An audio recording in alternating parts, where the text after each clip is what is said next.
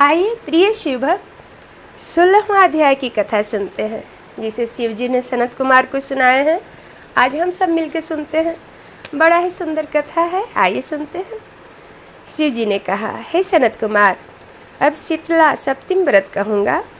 सावन महीने की शुक्ल पक्ष सप्तमी के रोज व्रत करें। पहले दीवाल में बावली लिखकर उसमें अशरीरी संज्ञक दिव्य स्वरूपधारी गिनती के साथ जल देवता लिखे। 2 लड़कों के सहित पुरुष तंत्र सहित नारी, एक घोड़ा, बैल, नरवाहन सहित पालकी लिखे। 16 उपचार द्वारा जल देवों की अर्चन कर ककड़ी, दही और भात या नैवेद्य अर्पण करे। नैवेद्य पदार्थ का वायन ब्राह्मणों को दे। इस तरह 7 साल तक व्रत कर प्रति वर्ष 7 सौभाग्यशाली औरत को भोजन कराकर उद्यापन करें। एक सोने के पात्र में 7 जल देवों की प्रतिमा रखकर लड़कों के सहित उस प्रतिमा में पहले रोज शाम को भक्ति द्वारा अर्चन करे। दूसरे रोज सुबह ग्रह होम सहित चारु होम करे।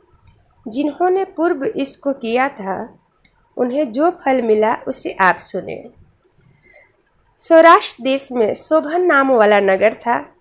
उसमें एक धनी सब धर्म को मानने वाला निवास करता था। उसने निर्जल था विजन वन में वापी खुदवाई। उसमें उतरने के लिए था बहुत धन खर्च कर पशुओं के निर्मित जल पन्नारत 1.5 पत्थरों की रमणीक सीढ़ी का निर्माण कराया, जो बहुत टिकाऊ और मजबूत बंधी थी, जिसके चारों ओर थके हुए पथिकों के लिए वृक्षों से संयुक्त बगीचे का निर्माण कराया। उस बावली का पानी सूख जाने से बिंदु मात्र जल भी न मिला। उस समय दुखी हो धनी ने कहा कि मेरा परिश्रम व्यर्थ हुआ। उस धनी व्यक्ति ने इतना कुछ किया पर उसमें जल नहीं निकला था। धन की व्यर्थ में खर्च हो गया। यूँ वह धनी चिंता कर रात को उस बावली के पास सो गया।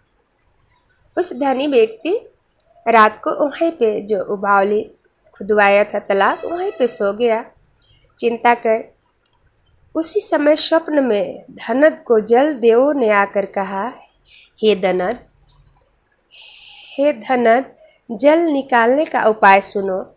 यदि सादर आपने पौत्र को होम लोगों के लिए बलि दो तो यही बावली उस क्षण जल से भर जाएगी। इस प्रकार स्वप्न देखकर धनिक ने अपने गृह आकर अपने पुत्र को स्वप्न की सारी कथा कही। द्रविण नाम वाला जो धनद का पुत्र था वह भी धर्म तत्पर था। उसने पिता से कहा, हे पिताजी, मेरे तथा मेरे पुत्र के भी आप जन्मदाता हैं। उसमें भी यह धर्म का काम है। इसमें आपको क्या विचार करना है, क्योंकि धर्म अस्थायी था, पुत्र आदि सब नाशवान है।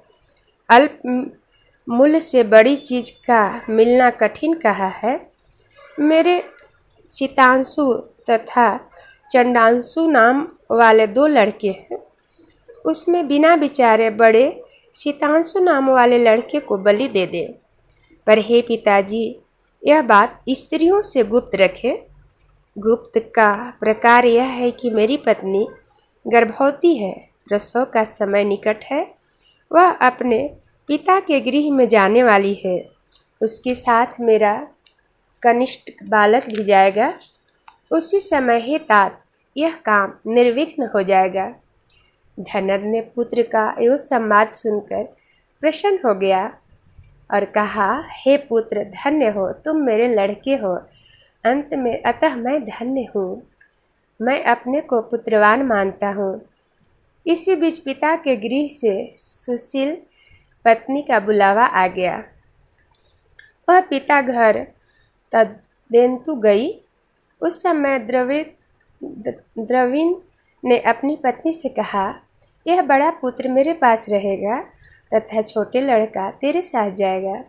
सुशीला ने अपने ससुर से कहने मात्र से वैसा तुरंत ही किया।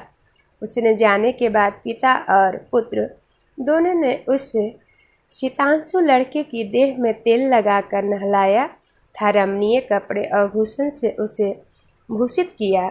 वरुण नक्षत्र पूर्वाषाढ़ के आ जाने पर प्रसन्नता से उस बावली यानी तालाब के किनारे पर उस लड़के को खड़ा कर दोनों ने कहा कि इस लड़के की बलि से जल देवता प्रसन्न हो। उसी क्षण उस पुत्र की बलि से सुधा तुल्य जल से बावली पूर्ण हो गई। वह तालाब जल से पूरी भर गई। दोनों बावली को जल से भरी देखकर प्रसन्न हुए और पुत्र को नाश से दुखित न हुए अपने घर लौट आए। अपने पिता के घर सुशीला तीसरा लड़का पैदा कर 3 मास बीत जाने पर अपनी ससुराल चली। उस बावली के पास आई तो उसे जल से परिपूर्ण देखकर विस्मय हो प्राप्त हो उसमें के स्थान करके बोली कि मेरे ससुर का उद्योग था, धन का खर्च यथोचित हुआ, क्योंकि उसको पता था कि मेरे ससुर ने ही खुदवाए थे और इसमें जल नहीं था।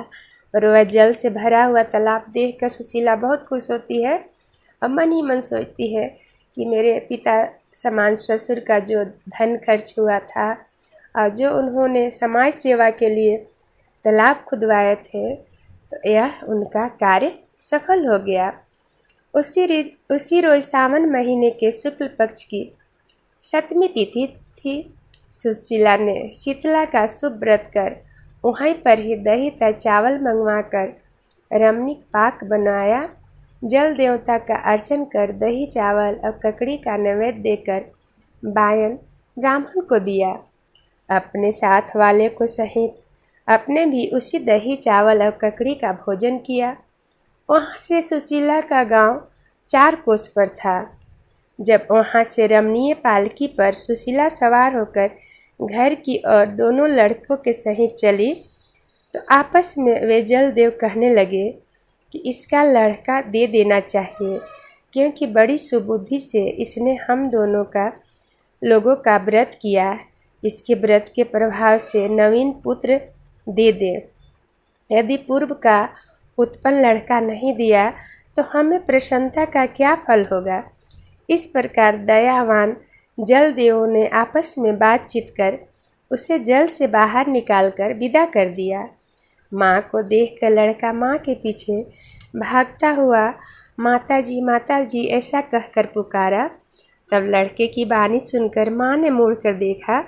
सुशीला अपने लड़के को देखकर चकित हो उसको गोद में बैठाकर सूंघने लगी, पर उसने से कुछ पूछा नहीं। सोचा कि यदि इससे पूछूंगी तो यह डर जाएगा। वह अपने चित्त में विचार करने लगी कि यदि इसे यहाँ से चोर ले जाते तो इसका अलंकारों से भूषित होना बड़ा कठिन था।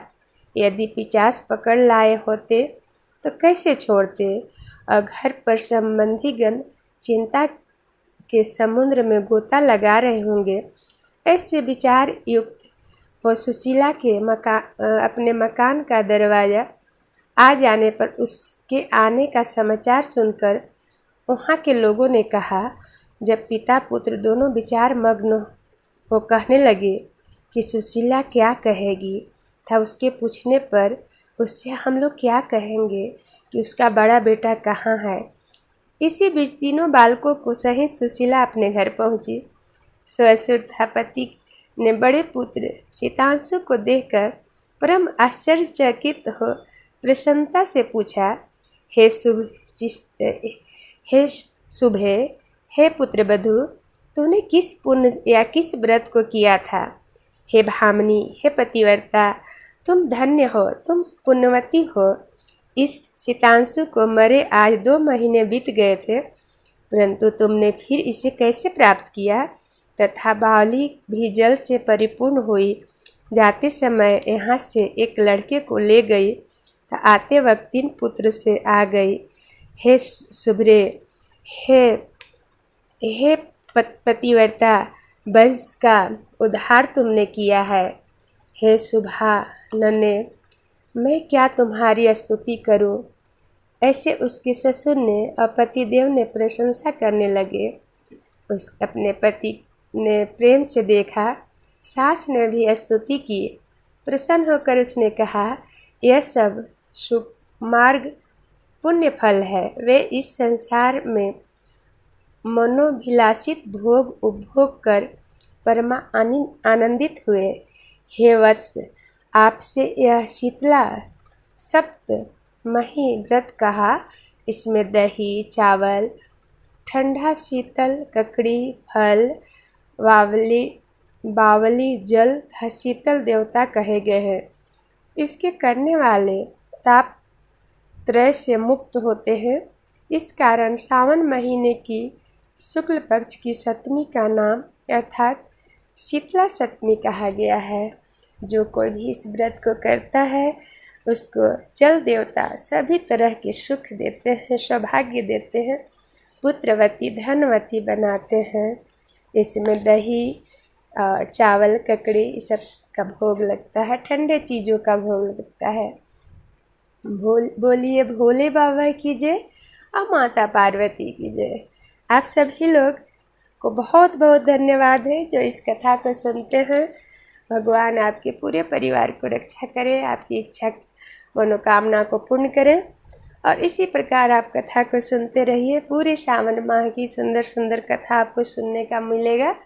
बोलिए भोले बाबा की जय और माता पार्वती की जय। हर हर महादेव। काशी विश्वनाथ गंगे। कर्पूरगौरं करुणावतारं संसारसारं भुजगेन्द्रहारं सदा वसन्तं हृदयारविन्दे भवं भवानी सहितं नमामि। भवं भवानी सहितं नमामि। तमेव माता च पिता तमेव बन्धु च शिखा तमेव विद्या द्रविणं तमेव सर्वं मम देव तमेव सर्वं मम देव। बोलिए भोले बाबा की जय, माता पार्वती की जय। हर हर महादेव। काशी विश्वनाथ गंगे। आगे की कथा जरूर सुनिएगा, बहुत सुंदर सुंदर कथा है। बोलिए भोले बाबा की जय।